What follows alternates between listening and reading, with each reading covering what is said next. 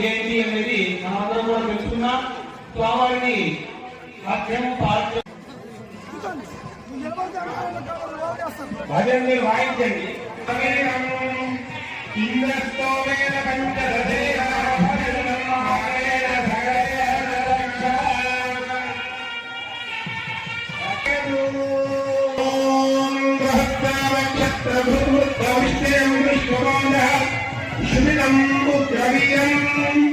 ఇంద్రస్తోమేన పంచదశేన మధ్యనిలం వాటేన సగరేణ రక్షా